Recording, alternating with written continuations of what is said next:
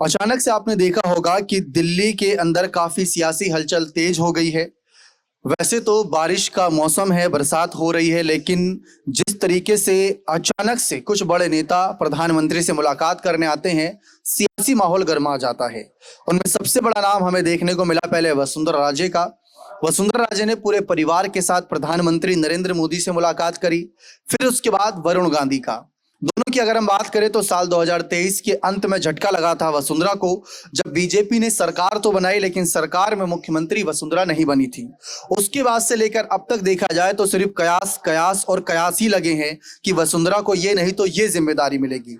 राज्यपाल से लेकर केंद्र में मंत्री पद तक को लेकर कयास लगा चुका है मीडिया, लेकिन बीजेपी कुछ भी कहने पर इस पर बस्ती नजर आ रही है। दूसरी तरफ है वरुण गांधी।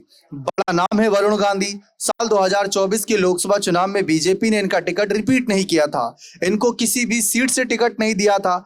अचानक से टिकट नहीं मिलने के बावजूद वरुण गांधी इससे पहले जिस तरीके से बीजेपी के प्रति या उनके खिलाफ ही कहें या उनके कामकाज को लेकर सवाल उठाते थे, वो देखते ही बनता था। लेकिन टिकट ना मिलने के मामले पर उन्होंने जरा सी भी चूं तक नहीं करी। फिर बीच में चर्चा ये होने लगी कि वरुण गांधी कांग्रेस में शामिल हो सकते हैं। एक समय था जब केदारनाथ गए थे राहुल गांधी, तो वहां पर उनकी वरुण गांधी से भी मुलाकात हुई थी। तो अब वरुण गांधी ने भी पूरे परिवार के साथ प्रधानमंत्री से मुलाकात की और उसके बाद जो पोस्ट किया उससे साफ नजर आ रहा है कि वरुण गांधी बीजेपी के फैसलों से नाराज नहीं और प्रधानमंत्री के प्रति ही जो अपनी संवेदना दिखाएंगे और उनके साथ मिलकर कामकाज करेंगे। लेकिन जिम्मेदारी क्या रहेगी, इसी मुद्दे पर चर्चा करते हैं हमारे खास सहयोगी राकेश जी के साथ।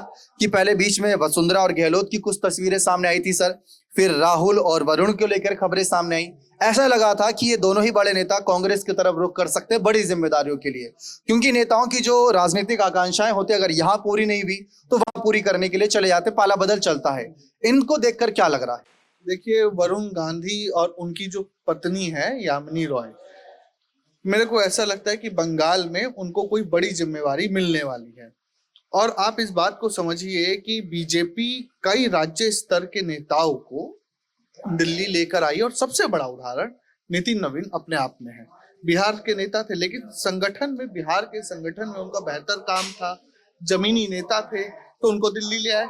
बीजेपी का राष्ट्रीय अध्यक्ष बना दिया गया। शिवराज सिंह चौहान, विप्लव देव, तमाम उदाहरण है। जो बड़े नेता अपने राज्य के थे उन्हें दिल्ली लेकर आया गया। वरुण गांधी शुरू से केंद्र की राजनीति करते आए हैं। माताजी भी किसी पद पर नहीं है, पुत्र भी किसी पद पर नहीं है। पीएम इस बात को जानते हैं कि वरुण गांधी बंगाल के, पश्चिम बंगाल के प्रभारी भी रह चुके हैं। उनकी पकड़ है युवाओं के बीच में। बंगाल के वो तथ्यों को जानते हैं।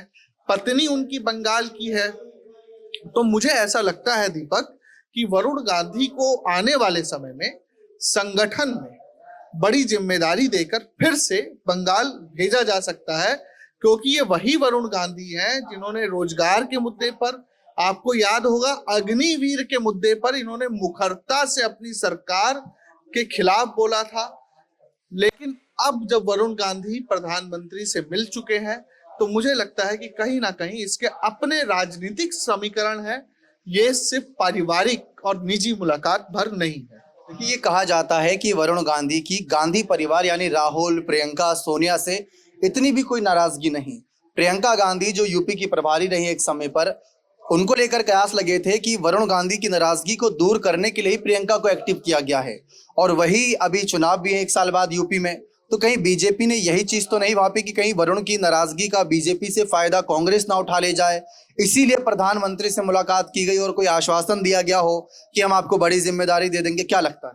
देखिए, बहुत हद तक मुमकिन है। वरुण गांधी के राहुल गांधी से उतने क्या कहें कि तालमेल या सामंजस्य नहीं दिखता जितना प्रियंका गांधी के साथ है। वरुण गांधी जवाहरलाल नेहरू की भी तारीफ कर चुके हैं, प्रियंका से अच्छी उनकी बनती है। तो कहीं ना कहीं ये बात हो सकती है कि वरुण गांधी को लेकर बीजेपी में एक डर हो कि प्रियंका उनको अपने पाले में ना ले ले, क्योंकि गांधी परिवार जो है वो अगर एकजुट होता है तो यूपी में भी इसका बड़ा फायदा मिल सकता है। और यूपी में तो अगले साल ही चुनाव है, और गांधी परिवार जो टूटा हुआ है, जो बहू है मेनका गांधी और जो वरुण गांधी है, वो अगर एक साथ जाते हैं तो बीजेपी के पास कोई ऑप्शन नहीं रह जाएगा गांधी परिवार पर हिट करने का, क्योंकि कहीं ना कहीं वरुण गांधी और मेनका गांधी को लेकर ये एक सिंबलाइज्ड गांधी परिवार के ऊपर हमला भी रहता है कि गांधी परिवार जब अपने परिवार को एकजुट नहीं रख पाई तो देश को क्या रख पाएगी। बिल्कुल साफ है, लेकिन यही बात अगर राजस्थान की पूर्व मुख्यमंत्री वसुंधरा पर आती है तो वसुंधरा ने परिवार भी एकजुट कर रखा है, पार्टी के साथ भी बनी हुई है, तो उनको लेकर क्या रणनीति हो सकती है? क्योंकि बताया जा रहा था कि राज्यसभा की कुछ सीट उत्तर प्रदेश में खाली होगी, तो क्या वसुंधरा को उत्तर प्रदेश के रास्ते से बड़े पदों के लिए आगे केंद्र में लाया जाए? तो ऐसी चर्चाएं दो बड़े नामों को लेकर चलनी शुरू हो गई। तो मतलब अलग अलग रणनीति चल रही है।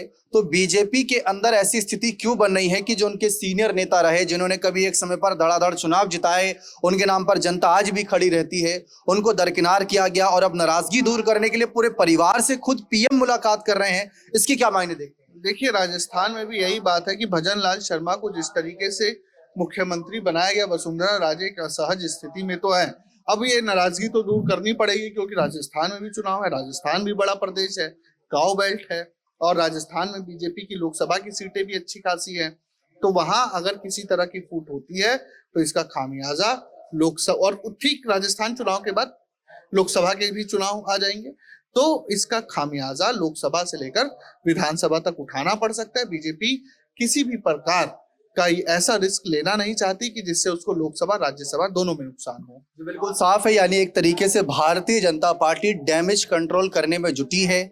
वरुण गांधी बड़ा नाम है, वसुंधरा राजे बड़ा नाम है, और दोनों ही बड़े नामों के लिए क्या बड़ी जिम्मेदारी इंतजार कर रही है, ये भविष्य पर ही छोड़ा जा सकता है फैसला। बने रहे चैनल के साथ, बहुत बहुत शुक्रिया।